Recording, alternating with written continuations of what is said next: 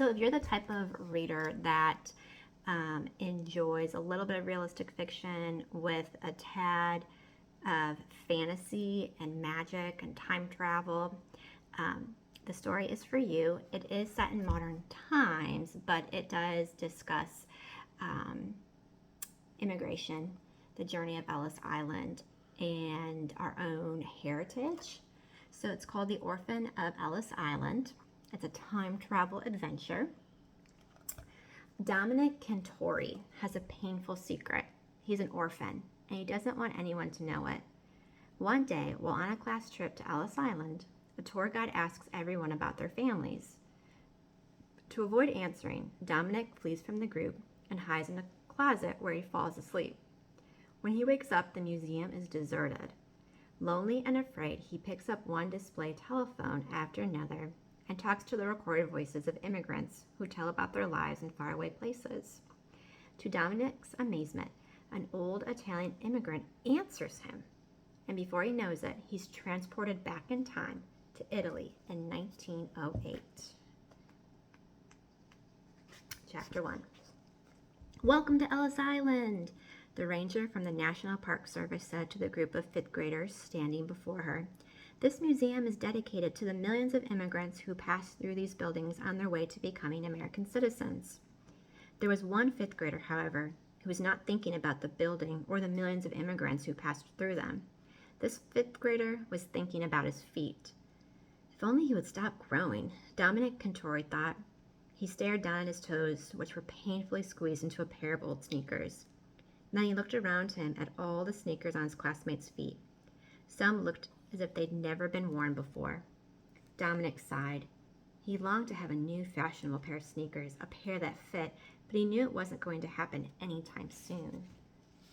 Having new fashionable sneakers and keeping up with Dominic's quickly growing feet was almost impossible as long as he lived with one foster family after another. His feet had grown so much in the past few weeks that he was unable to tie their laces, and he finally just pulled them out.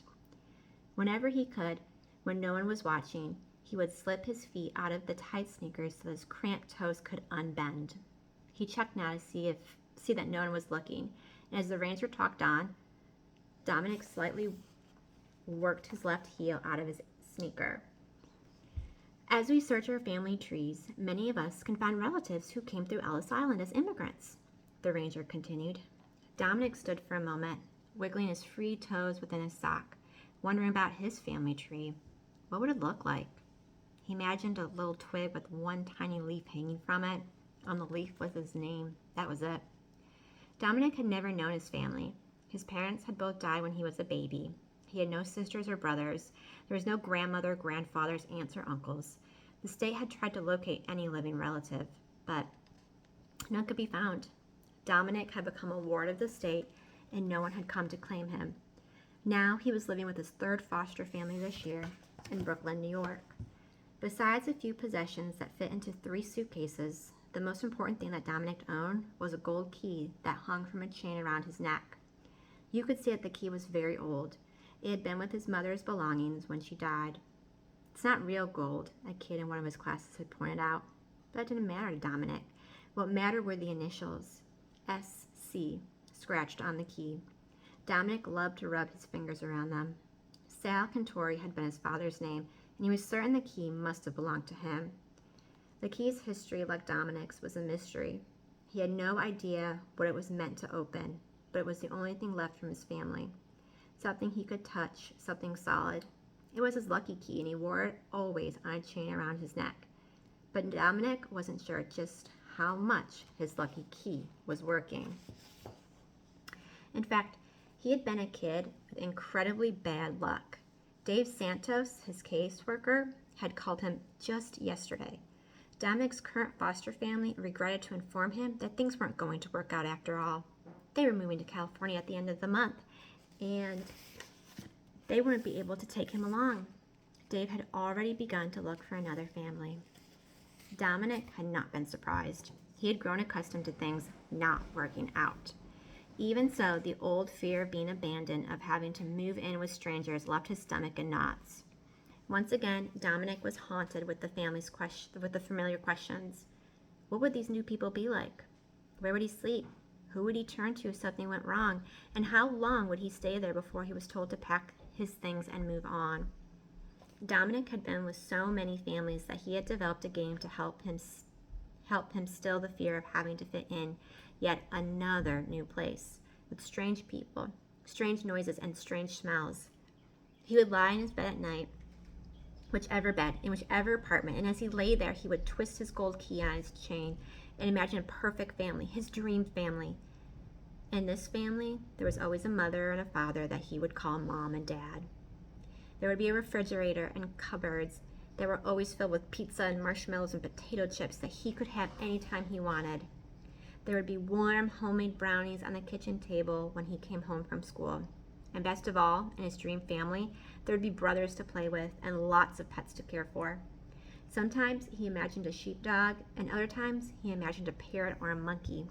In real life, Dominic was not allowed to have any pets because, as his caseworker explained, he never knew if the families he stayed with would allow one.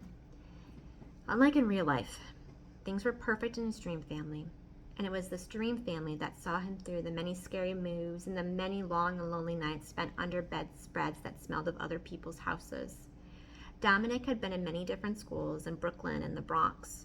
He had only been at his present school for 3 days when his new teacher, Mr. Howard, had told them all that the 5th grade classes would be going on a trip to Ellis Island the following Monday. This had been perfect timing. Dominic loved class trips. He always hoped that each new trip was going to be his best ever. The soft cadence of the ranger's voice drifted back to him. Many of you may discover your family history right here at Ellis Island Museum. But Dominic knew that he wouldn't be one of the many. This is so boring. I wish we could go back on the boat, he heard someone whisper. Dominic looked in front of him, where a red-headed boy wearing fancy new sneakers whispered to another boy with bristly blonde hair. Dominic knew they were best friends, and he also knew the red-haired boy's name was Justin. He watched as Justin leaned over and burped in his friend's ears. Dominic felt envious as he watched them. He wished that he had a friend who would lean over and burp in his ear. As Dominic imagined himself with such a friend, he giggled out loud. The boy next to him whispered, "What's so funny?"